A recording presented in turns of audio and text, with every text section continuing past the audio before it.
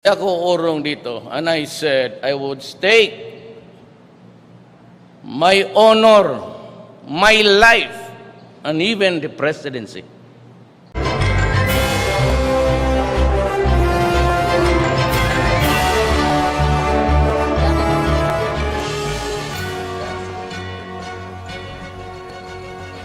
Good afternoon, Malacañang press corps. Let's now have Presidential Spokesperson Salvador Panelo. Hello, good noon, members of the Malacañang Press Corps and my countrymen. I'd like to report to the nation and to you, particularly, what happened last night at the cabinet meeting. President Rodrigo Duterte presided over the 34th cabinet meeting last night at the Aguinaldo State Room of Malacañang Palace. The first item discussed was the streamlining of land use conversion process, where one of the department secretaries for legal affairs talked about streamlining internal processes of all agencies involved in the conversion, including the imposition of definite timelines for its processing, such as the provision of government permits. Programs for improving the lives of farmers and fisher folks were the second on the agenda item. The Secretary of Agriculture, Manny Piñol, reported the bucket list for implementation. And these are: one, farm-to-market roads, irrigation, including a solar-powered irrigation system, to be financed by an Israeli company. Then storage facilities, activation of regional food terminals, and strengthening of the RORO programs. Easy access for farmers, institutionalization of a farmer fisher folk credit union, and the creation of a cabinet cluster. Related to the second agenda item is a program to allow small farmers greater access to loan facilities. Specifically, the president said that the land bank should go to the farmers instead of the farmers going to the land banks. And the land bank presented a program where they can give the said loans. Among others, also land bank mentioned about 361,000 farmers with existing individual certificates of land ownership awards who will be qualified for a bank loan. Specifically, Land Bank said that the moment a CLAW is issued, then that can be used as a collateral for a loan. He also the president directed the inclusion of new people armies surrenderies in the next round of land distribution. And then the third item that was discussed was the incorporation of drug education in the public school curriculum. Department Secretary Briones presented the curriculum for drug education and its efforts on the campaign against illegal drugs, such as Barkada Contra Droga, establishment of Barkada centers, school-based activities such as poster slogan making, counseling and coaching, and drug testing for teachers and high school students. Specifically, Secretary Briones said that kung hindi pa, with reference to the pregnant students, sabi niya, kung hindi nyo pa nagagawa, huwag nyo nang gawin. Pag nagawa nyo na, tingilan nyo na. And also, the next item was about the national ID system. The president was agreeable to the establishment of one. And I think it will start in September of 2019 with a target of 6 million Filipinos for registration this year. The National Security Advisor mentioned that this is very critical for our security and suggested that the cybersecurity of the Department of Information and Communications Technology take the lead and the security of data be taken care by the Philippine Statistics Authority with the help of the ICT. PRRD, well, the President ordered the best and safest system of the implementation of the national ID system. It was also discussed in the cabinet meeting the military and uniformed personnel pension reform bill. This was proposed by the Department of National Defense, which the President said he will certify as an urgent piece of legislation. And then the Department of Health's immunization program was likewise tackled by Secretary Duque of the Department of Health, and because the President ordered a vigorous campaign to promote the complete immunization for children. I think one of the reasons why we have an outbreak of measles is because the lack of immunization on the part of children. I think that the Secretary was saying that somehow people are reluctant to undergo immunization by reason of the Deng Bakshay scandal. Natakot, in other words. Kaya hirap daw sila ngayon.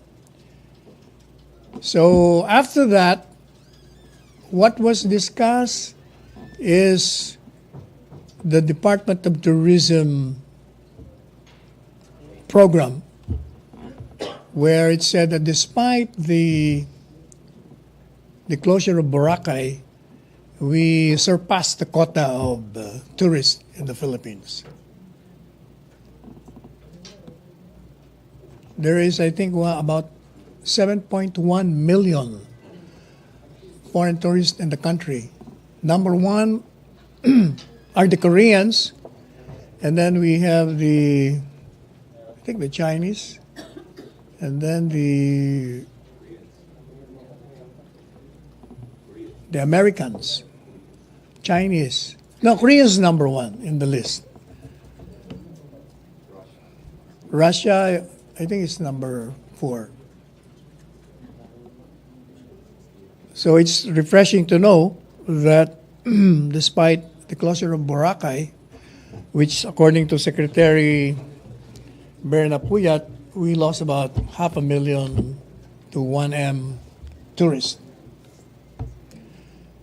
So that's what happened to the cabinet last night that lasted until 2 hours in the morning.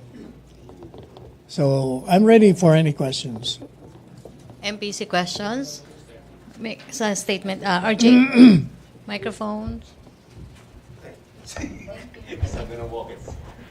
RJ. Sir, good morning. Sir, on Morning. streamlining of land use conversion process, in what specific way will they streamline, sir?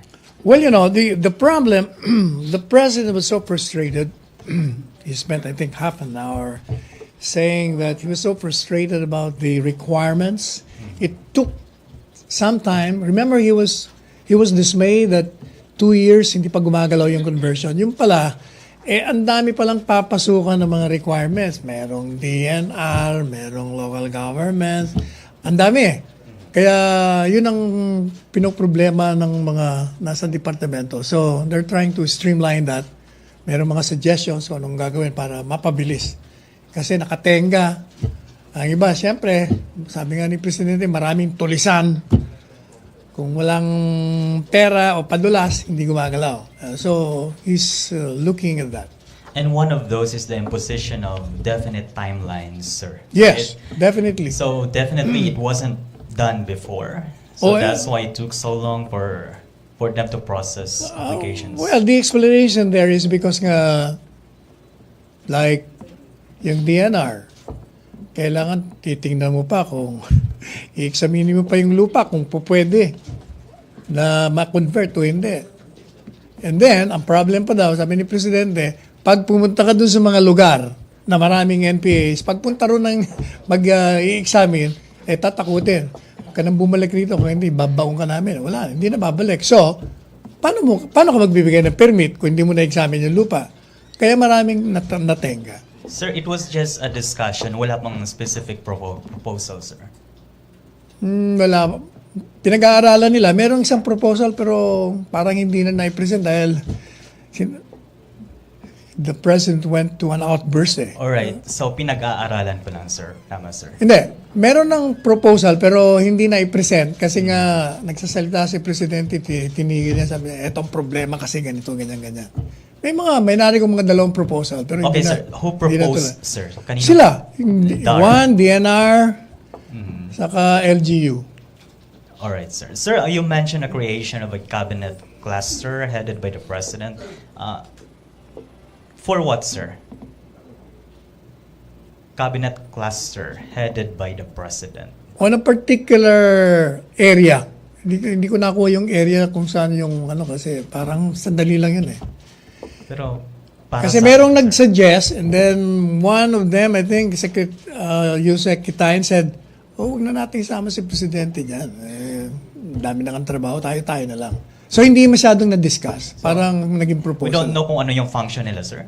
Hindi pa, kasi nga parang proposal na biglang nahinto. Okay, medyo malabo yun, sir. Medyo hindi pa masyado yun. Okay, sir. Sir, the president ordered a vigorous campaign to promote complete immunization for kids. Of course, you mentioned already that the vaccine issue was tackled. So, Yeah. sir, sino daw yung dapat sisihin sa takot ng mga tao? Na Siguro, magpapakuna? dahil nga doon sa naging iskandalo. Iskandalo, plus yung di umanong may mga namamatay because of Dengvaxia. So natakot yung mga parents na ipa-immunize yung kanilang mga anak. So kailangan ng information campaign, yung sabi ni Secretary Duque, para magkaroon ng massive immunization ng mga bata. Alright. Sir, we had 7 million foreign tourists last year. You mentioned, does the DOT have a specific target for this year, sir, as to how many % of increase they want to achieve? Wala siyang binanggit. Wala, She sir. did not mention any target. And sir, the president also met with rice industry stakeholders in Malacañang yesterday. Yes. Any details, sir? Well, the long and short of it is that those who you met last night was against or were against. But according to the president, the policy would be to the greater good. Yun ang ibibigay niya. So kahit na kumontra sila, mukhang itutuloy niya. So when does he plan to sign the rice? He didn't say so, certification but bill? I think it's forthcoming. But what was the president's response to them? Sinabi nila sa kanila na kailangan yung greater good Okay. ang susundin natin dito. Okay, thank you, Thank RJ. Other issue? Follow up, sige. Pia. Sir, last night, did the President talk about exacting accountability or making accountable several personalities or government officials whom experts are pointing at are directly responsible for eroding public trust on vaccines? I'm talking about PAO Chief Persida Acosta and PAO Forensics Chief Dr. Erwin Erfe. May nabanggit po ba No, si wala. President? Hindi namin na-discuss yung portion na. How did the President take the measles outbreak, sir? Considering that we have enough government resources to prevent such... Well, he said he directed Secretary Duque to do something about it. And Secretary Duque said, we're already doing something about it. So we're conducting a massive immunization plus information campaign that it's better to prevent than to cure. Kasi sir, dun sa mga previous speeches ni President Duterte, he directly pointed at the Dengvaxia controversy as the reason kung bakit maraming mga magulang natatakot na ipabakuna yung kanilang mga anak. Wala po ba siyang anything na nasabi tungkol doon sa Dengvaxia controversy? Did he talk about the people behind? No, those because who if you use the remember, issue? the House recommended filing charges against certain people, and we said that we will defer to the findings of Congress and let the law take its course. The DOJ will be conducting an investigation to determine probable cause. Pero sir, I think that's different kasi several doctors group are pointing directly at those individuals. Kasi kung hindi daw po sila, kung hindi nila siguro ginamit yung issue, hindi sila nag-ingay tungkol dun sa issue, marami pa rin mga magulang ang magtitiwala at ipapabakunahan pa rin yung kanilang mga anak at hindi mangyayari itong measles outbreak na ito. Well, we didn't discuss that particular point, or nobody raised that issue. You talked about President Duterte ordering a vigorous campaign for vaccination. Ano po yung ano yung mga directives niya on that kay Secretary Duque, sir? Well, he said that the Department of Health should do something about the outbreak. And Secretary Duque said we're already doing something about it. Hindi po ba siya, sir, nagalit or nadismaya dun sa nangyari? Kung nagalit man, Na nagkaroon ng measles outbreak. dati na siyang galit kahapon dahil nga sa frustration niya sa mga requirements na kung ano-ano na parang he measles, felt... In fact, he excused himself. He excused himself because parang siguro pahinga muna ng content dun sa holding room. Pero on public health, sir, wala siyang And basta he directed the Department of Health to do something about it. Kailangan ma-solusyonan natin yung outbreak. Will that also include President Duterte campaigning himself for vaccination, yung to convince parents to vaccinate their children? Kasi may nabanggit po siya dun sa dati niyang speech sa Malabon at directly in-encourage na kinausap niya yung mga magulang na pabakunahan yung kanilang mga anak. Will he also be include? Hindi ba yung mga adults na bakunahan na ng measles? Kami, nabukunahan na kami lahat. Yung mga bata na lang ang hindi pa. Sa kampanya, so we're talking about yung kampanya ng gobyerno para sa pagpabakuna. Will he also be including himself? O tutulong po ba din siya doon? Definitely. In fact, siya nga nag-order ng nagawa ng paraan yung problema ng... Thank you, sir. Okay, Tina, follow up. Follow up muna. Joseph, then Ina. Sir, is the Joseph, vaccine? Is the palace blaming Pao Chief Acosta for the scare? wala namang nabanggit doon. Nobody blame anybody there. But Secretary Duque was complaining about how the PAO had impleaded him in several cases, and that is one of the reasons why daw people are hesitant kasi parang nawala ng tiwala eh.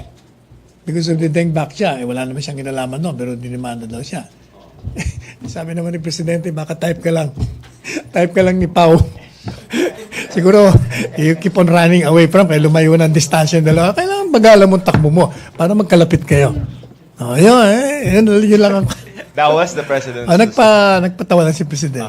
Okay. But sabi niya, don't worry about those cases. I'm telling you as a lawyer, wala yun, hindi ka maano doon. No order for Pao Chief to maybe refrain from making the connection between, certain things that should not be connected. The POW chief is responsible enough to know if her action would result into discouraging people or children of parents to have themselves immunized.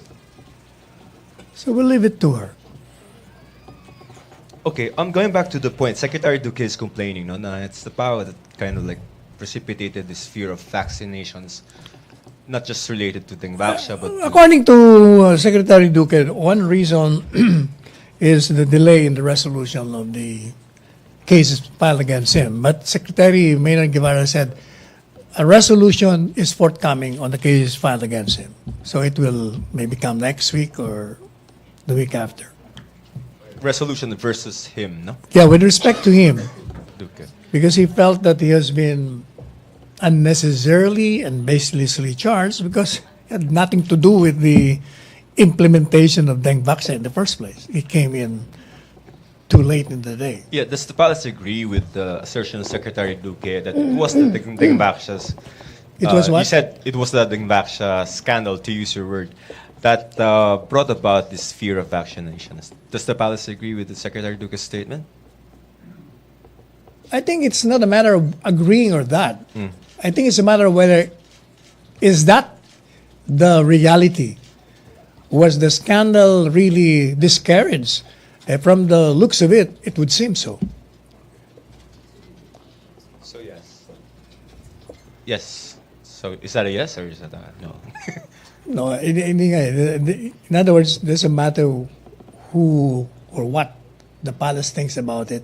The question is that the fact? No, because there is Because according to Secretary Duque, that's the reality. Kaya nagkaroon ng nahirapan sila because naapektuhan doon sa... and you share that opinion. I believe him. Okay, cool. All right, sir. Just one last point. No, may charges versus former President Pinoy, and Abad, and former DOH Secretary Garin for the Dengvaxia mess. What is the president's opinion first? Our position is we will not interfere with the findings of the House, being a separate independent branch. We will defer to it. But I understand the charge is more on technical malversation. In other words, they use specific funds designed for another purpose and using it for another. Not on whether Dengvaxia is the cause of death or what. Okay, Ina? Hi, sir. Sir, I know the campaign for the vaccination involves yung for measles and others. I'm wondering if the Dengvaxia issue will also be covered by the campaign, considering that a few weeks ago, the DOH said that there are no deaths directly caused by Dengvaxia. But will there be also an effort to allay the public's fears about Dengvaxia? There is, in fact, Secretary Duque, I think, has requested PCOO to help in the information campaign. Dengvaxia specifically, sir? Yes, because according to Secretary Duque, their findings show that it's not Dengvaxia. It's more on pneumonia, heart disease, TB, the cause of death of all those children. Sir, ano na And the president said, that will be a long, it will be a tedious, long case. Why? Because it will be a battle of experts. One expert saying that it's the cause, another expert saying, no, it's not. Kaya matagal litigation yan. Sir, sorry. So how did the president receive itong information from the health secretary saying na indeed wala daw pong relation yung Dengvaxia dun sa deaths? Yeah, that he was his agree, or- response. Sabi niya, first, don't worry about your case because I don't think that will prosper against you. Number two, yung case na yan will be a long one because it will be a battle of medical experts. Yun ang naging comment. Sir, ano po update dun sa panel of experts earlier formed by the president to look into the Dengvaxia? I have no report on that. I have not seen a report on the panel yet. Okay. Thank you, sir. May follow-up? Maricel? Hi, sir. Sir, just a quick clarification. You mentioned earlier that the president excused himself during the cabinet meeting. Was this during the discussion on the missiles outbreak? No, it was a discussion on the red tape. The red tape. Yung mga land conversion. Parang he was so exasperated. Excuse himself. Nagpahinga lang siya sa kabilang kwarto. Just for a few minutes and then he Yeah. went back to the cabinet meeting. Sir, what was the reaction of the president when he learned about the missiles outbreak? Was he disappointed? No, siyempre he was saddened. The president is always affected by any negative outcome that relates to children. Lungkot siya, kaya sabi niya, gawa ng paraan, kaagad. Thank you. Okay, follow-up. Christine? Sir, over here. Ayan. Ay, Sir, do you think, sir, si Pau Chief should also take responsibility for, for that, yung sa Dengvaxia? Because si Duque also blamed her. So, should she also be held accountable for it? well, the POW chief, as a lawyer, is defending or pursuing a theory that favors the clients. In other words, he is pursuing an advocacy an impassioned one.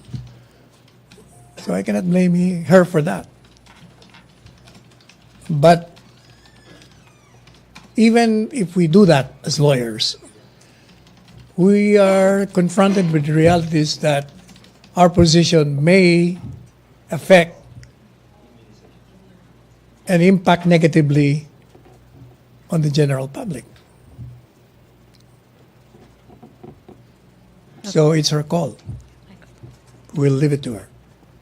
As Her far as call- she's concerned, she's just doing her job.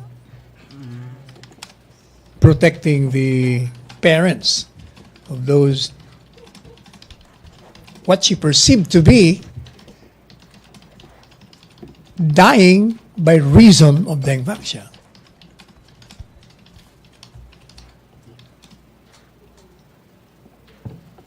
Okay, last question na sa Dengvaxia.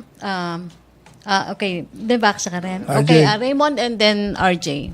So just to clarify the blame game, so Secretary Duque is particularly blaming Pau Chief Acosta or the Dengvaxia controversy issue. Kasi I understand it's not Presida Acosta who ignited or started about the issue of the Dengvaxia issue. Even the House conducted their own investigation. No, the point of Secretary Duque, I think, is she has aggravated the situation by filing cases against him.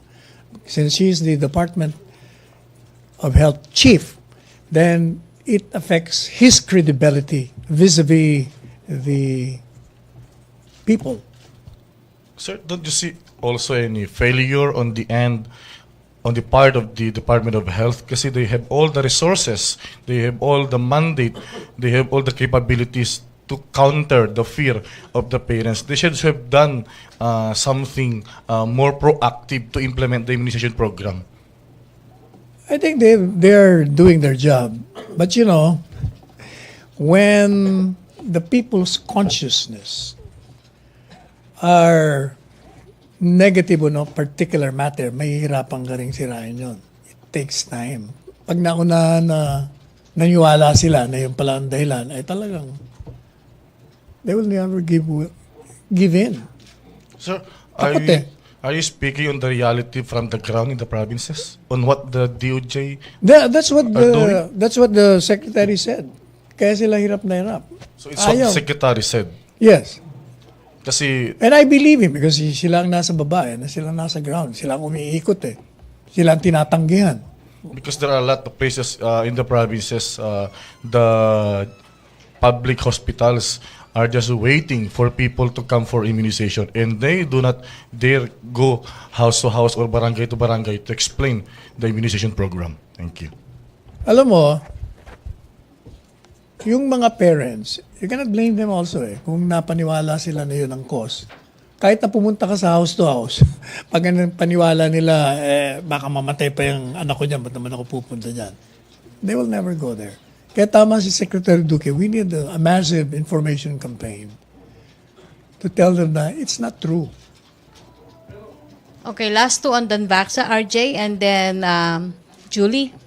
Sir, clarify ko lang. Sir, the palace doesn't think that Miss Acosta did not, the palace doesn't think Miss Acosta politicized Dengvaxia issue as claimed by critics.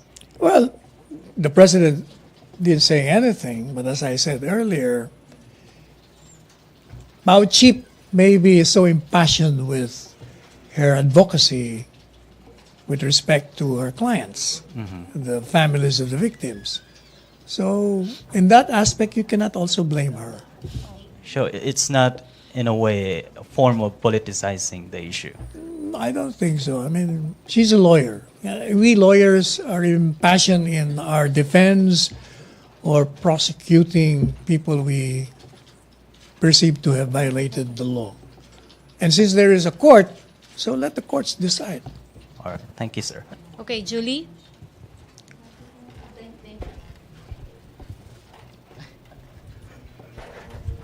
Sir, you mentioned earlier that PAO Chief Presido Acosta is responsible enough to know if her statements may have affected the DOH's vaccination campaign against vaccine preventable diseases. Yes, in other words, it's her call. If she feels that her advocacy has affected the people into not believing on immunization, including immunization from other illnesses, then she should do something about it. Given, sir, that there is already a measles outbreak and the present situation as DOH Secretary Duque has laid in front of cabinet meeting, does the palace think that Persida Acosta may have gone too far with her statements on the dengue vaccine? Again, I will repeat, it's her call. Okay. We understand where she's coming from, and we will leave it to her. Also, just a second question. Should the DOJ come out with a resolution? DOJ? Yeah.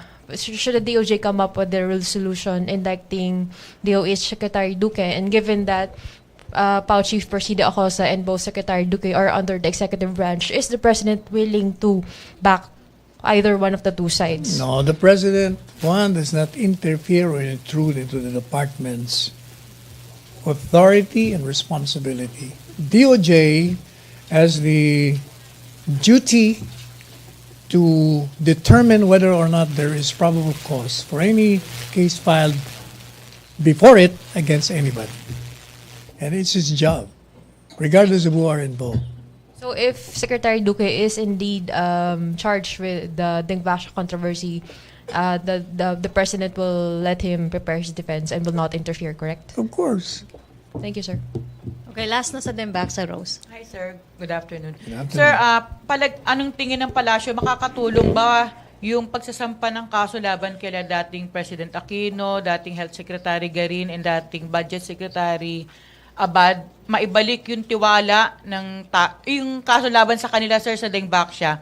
Pwede bang makatulong ito para magbalik yung tiwala ng tao sa immunization program ng pamahalaan? Kasi accountability po yung ibig sabihin ng ganong hakbang.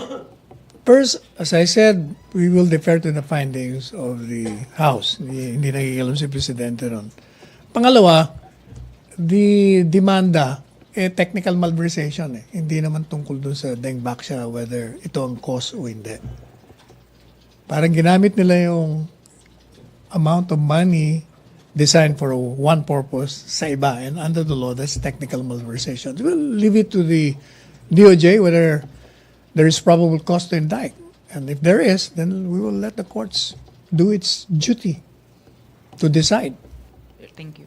Okay, last na. Tina, other issue na.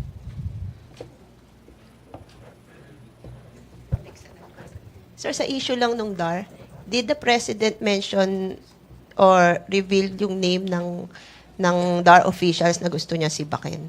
He's been vocal in the recent public appearance. He did not identify. So, but then is there an ongoing investigation against these officials? If you know, sir. I think so, yes. Pero hindi ko alam kung sino in charge doon sa investigation. Sir, on the issue of the national ID system, did Secretary Esperon and Yusek Versales explain the delay in the implementation since Congress initially allocated 2 billion funds under the 2018 budget? What were the causes of delay? The cause yata ng delay is yung problema sa security. Yusek said that they even asked the ATV to give them technical assistance. Maraming pang, but according to her also, mukhang on time naman September. Baka mailabas nila by September. Sir, Because under the law, mukhang yun ang target to September. Sir, anong assurances that the national ID system will not be used against some left-leaning personalities or perceived enemies of the state? Well, yung security agency natin ang in charge nun. And Secretary Esperon said, we can be sure na hindi magkakaroon ng snafu dun sa security. Okay, Ace? Sec, any update on the status of the rice tariffication bill? Hindi, sabi ko nga kanina, it could be forthcoming kasi nagbigay na siya ng posisyon niya dun sa mga farmers na kausap niya. So hindi pa napipirmahan. Hindi pa, dahil minute niya pa nga. Pero ano ba yung concerns ng farmers about that particular measure? Are again, they asking him to veto that measure? They want it vetoed, but I don't think the president will. The president won't veto. I don't think so. Kasi yun ang posisyon niya kagabi, sinasabi niya, for the greater interest, for the greater good. So basically, the meeting with farmers was about explaining the bill? Can we assume that? No, that was a courtesy call and asking the president na maapektuhan sila. But sabi So napag-usapan yun? Sabi ni presidente sa kanila, pwedeng maapektuhan kayo, but yung kabuuan ng mga Pilipino ang inaalala ko. So basically, he defended the measure? Yeah. Okay. Thank you, Sec. Okay, Pia. Last two na to, Pia and then Joyce. Sir, you said that President Duterte wants to certify yung military and uniform personnel pension reform bill. Why did the President think there's an urgent need to reform the pension system to military and uniform personnel? Siguro marami nagre-reklamo sa pension nila. Considering na involved ngayon ng armed forces in our fight against communism, rebellion, terrorism. Maraming nalalaga sa atin Maraming nalalaga sa ating mga kasamahan. So understandably, sir, there may be some opposition from military officers or uniformed personnel. May opposition? There may be some opposition, sir, or Pabor nga complaints. sa kanila. I don't think they will oppose. Hindi, kasi sir, I understand that retirees will only receive pension at the age of 60. Even if you avail, for example, early retirement at 56, you have to wait until you're 60 to receive your pension.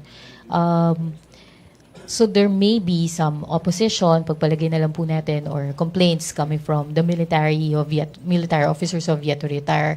Hindi po ba natatakot si Presidente that it would cost him the support of the military? No, I don't think so. Yung sinasabi mong baka may kontra sa 56 to 60, gusto nga nila yun na hindi pa sila magre-retire Kasi pag 56, retire ka na, di wala ka ng trabaho. Mabuting-mabuti kung na-appoint ka uli. Samantalang kung 60, pwede ka pa magtrabaho. You have additional 4 years. In fact, I think that measure is designed for them, for their benefit. How, sir? How? Kung 56, retire ka na, di tapos ng trabaho mo. Samantalang kung up to 60 ang retirement mo, o di may extension ng 4 years na nagtatrabaho. So, ano po In yung... fact, I have one friend who told me, I won't mention his name, sabi niya, I cannot retire. Sabi ko, why? Sabi niya, I need a loan. Kasi supposedly gusto niya na mag-retire 1 year or 2 years earlier. Sabi niya, I need to get a loan. Pag ako'y nag-retire, wala na ako dito sa quarters na libre. I have to build my house. Kaya hindi ako po pwede mag-retire pa. So does the President feel that there is a need to extend the military service of uniformed personnel, for example, from 56 to 60? Is there a need, sir, na nakikita si President Duterte, considering that you have the problem with terrorism, communism, ganun, sir? Is it connected Siguro with apart that? from yung kailangan natin, ang galing nila, nakikita ko kasi 56 is very early retirement. Sa panahon ngayon, ang 80 years old, bata pa Lalo na 56 years old. Kaya parang nakapangihinayang naman na pagkatapos mo pinag-aral ng gobyerno, paparetirein mo na kagad. Tapos wala na silang ginagawa. And they want to serve They want to serve more. Longer time. Is the President looking at extending the service then of other professions? Like example, teachers? No, hindi ko alam yung portion yun. Yun lang sa military alam kung may pension. Okay, thank you, sir. Okay, may follow-up si Ace. Secretary, what is the President's stand on the issue regarding the pension? Kasi di ba alam naman natin na kapag lumaki yung sweldo ng mga active, lalaki din yung pension ng retired. Yes. And it could bloat the deficit. Because it comes from the state funds, yung national budget yon. It can bloat the deficit kapag lumaki. Ano yung stand niya doon? Is he amenable to amending that? I'll ask him about that. I don't know his Kasi standard. problema ng budget department ever since yun eh. Yung lumalaki yung pension requirements kasi lumalaki din yung sweldo. So ngayon, hindi nyo ma-increase yung salary ng Ang soldiers. solution dun ang koleksyon ng income tax and corporate tax. Yeah, nabanggit yun. Pero with the number of retirees, Even yun yung then, sabi ng economic managers, mahirap if isustain you achieve yung- your goal in collection, wala kang problema sa pag-defray ng Pero ang daming expenses. retirees, sec. Magkailan lang ba naman yun? Madami, sec. Anyway, pero wala pang stand si Presidente Duterte. Okay. Friendly reminder, yung mga follow-up lang, limit your follow-up question. Isa lang, sir. Sir, whatever happened to President Duterte's plan to form a pension fund for the military? Kasi nabanggit niya na yun beforehand. Wala pa siyang binabanggit. I'll ask him. Magkikita kami mamaya sa command conference. So wala pa, sir, initial na pagpaplano, sir. Wala akong narinig sa cabinet meetings. Okay, last three, Joyce, Nestor, and Joseph. And Tina para.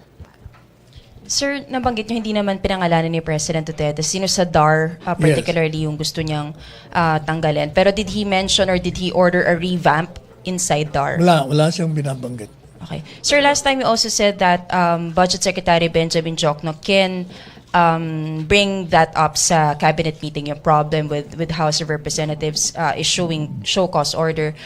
Did he bring that up, sir, sa cabinet meeting? He didn't, kasi mukhang, di ba, umatras na naman si Congressman Andaya. Sabi niya, I won't insist on him appearing.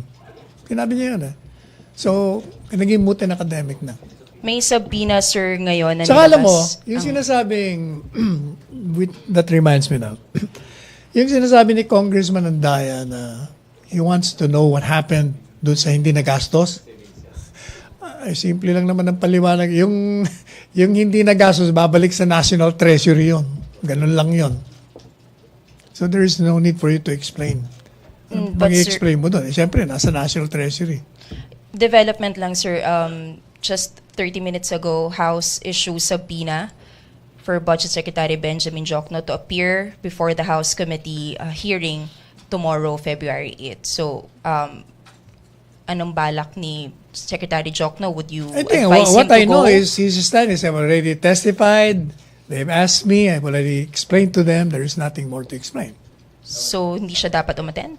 No, that's his call. Yun ang narinig ko sinasabi niya.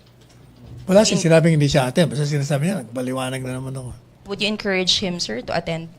Huh? Would you encourage him, advise him to attend? I'm not his lawyer. But sir, I'm the lawyer of the president. syempre, under the executive, do you think the president would advise him to attend? I will not preempt his lawyer. Mamaya magalit pa sa akin yung abogado niya. May sarili naman siyang lawyer. Okay, Tina. Sir, subject lang ng command conference mamaya. Actually, hindi ko alam. Naimbitahan lang akong pumunta ron. Sige, sir. Aten ako. Silip. Hindi, hapon yan. Okay, next, Nestor. Sir, before my question, may blessing ba yun ng President because the DBM issued a statement that they are welcoming the subpoena for Diokno to clarify the issue. So mag-a-attend nga si Secretary Diokno or magre-respond siya dun sa subpoena ng House. May blessing ba yun ng President, sir? Or? Kung atin, wala sinasabi si Presidente. Basta, pangalam ko lang na nagkita sila. Parang ganun lang. Parang sir, wala na naman parang ganun lang yung usapan kagabi. Kasi nga, hindi ba sabi ni Congressman Andaya, I will not insist on him appearing. Hindi, may subpoena, pero in other words, kung may excuse si Secretary Jokno, he will not insist. Okay, sir. Sir, what is the position of or the reaction of the President on the statement of Senator Lacson urging him to use his line item veto power to remove the alleged pork insertions made by lawmakers? He had no comment, but as we said earlier, let us not, I agree with Secretary Medellez' comment that we should not preempt the President. The President knows what he's going to do. So what will the President do, sir? Then let's see. The basis for any action of the President is people's interest. Napag-usapan ba to sa cabinet meeting No. kagabi, sir? Hindi na pag-usapan. Yun lang mga sinabi ko. Okay, last question na. Joseph? Sir, follow up on the pork barrel. No, as a Pork matter barrel. of concept and principle, does the palace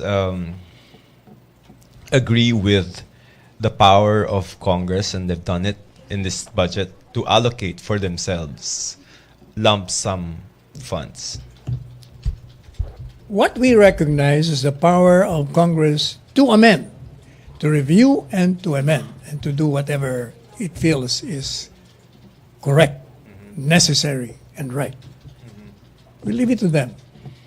Now, if the president feels that it's wrong, then he can use his bit of power to correct it. So, sir, yun pong, kasi the NEP already allocated 100 million for each congressman, no? And then, according to Senator Lacson, Speaker Arroyo added some, maybe 50 or 60 million to each congressman. What do you think of it, sir? Di ba, ever since sinasabi ko, I cannot even understand why the fuss of all this. Kasi when you allocate for a particular district, that means that district, the reasonable assumptions, they need it.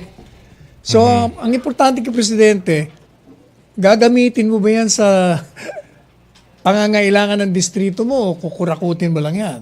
May problema tayo pag ganyan na. So sa akin, I think wala rin ako makita ng problema eh. But we have Precisely, districts need money to improve itself. Ano namang masama doon kung meron silang mga pondo? Ang problema doon kung hindi mo gagamitin. O kaya nga nagkakaroon ng mga demandahan. Yes, sir, but we have a Supreme Court ruling outlawing lump sum discretionary allocations. Hindi ba yung sabi ng Supreme Court yung pag hindi pa nailagay sa Pre-enactment. budget? Oo. Eh kung nailagay na, hindi ba parang ang sinasabi nila, nandun na, nire-allocate lang nila. In other words, meron ng dati. So hindi papasok sa doktrina ng Korte So Suprema. ito pong 150 na sabi ni Ping, this is not pork from the palace perspective? As defined by the Supreme Court? As defined by the Supreme Court, baka hindi papasok yun. Na? Kasi the Supreme Court said, pork would repair dun sa allocation na wala sa budget. Nilagay mo lang. But in this particular case, sinasabi ni Senator Lacson na dati nang meron, pero nire-distribute lang. So, paano papasok? No, sir. In the decision, there are 4 kinds, no? Yun pong dinidiscuss nyo would be a function of when the budget was allocated, pre and post, no? Maybe pre, pwedeng lusot. But there's also letter C, I think, from the decision, lump sum discretionary funds, meaning 100 million na budget. Let's apply it to the allegation of Senator Lacson. 100 per plus 50 from Speaker Arroyo, and they themselves identified. That's what's prohibited in letter C of the decision of the court, sir. I will repeat what I said earlier. The president is a lawyer. Okay. He knows his law. If he thinks that that is in violation of the doctrine enunciated by the Supreme Court, then he will do what is right. Fair enough. Can I move down the top? Sir, na-discuss kahapon si Kenneth Tong? No. No? Nobody raised it. Nobody discussed Not it. even in maybe in No. pulong-pulong niya? Wala. So, the president does he have any reaction to the arrest? It was not mentioned. But if you will ask me, the president always welcomes any arrest involving any person alleged to be involved in drug trafficking or any crime. Regardless of the alleged... Regardless of whoever he or she is. Again, I will repeat, this president is no respecter of friendship, alliances, and relationship. Everyone to him is accountable before the law. Everyone. Everyone. And this is the only president, mind you, who strictly enforces the law even against himself. When he was mayor, he scolded a traffic enforcer for not arresting him because he violated a traffic violation. And he insisted that he should be given a traffic violation ticket. Ito Ito lang ang alam kong presidente gano'n. So, if he's even stick against himself, lalo na sa iba. All right, sir. Thanks. Okay, sorry, Secretary. Last question, Tina. Christine. Christine. Sir, on Jokno, why is the cabinet not rallying behind him like what it did before when they said na it was a disrespect the last time he appeared at the House hearing? So We have not removed our support for Secretary Ben Jokno. So, but is the cabinet now saying that they're confident he will not be mistreated again in the... I don't think he will be mistreated. I don't think so. I think the members of Congress know or realize that it could have been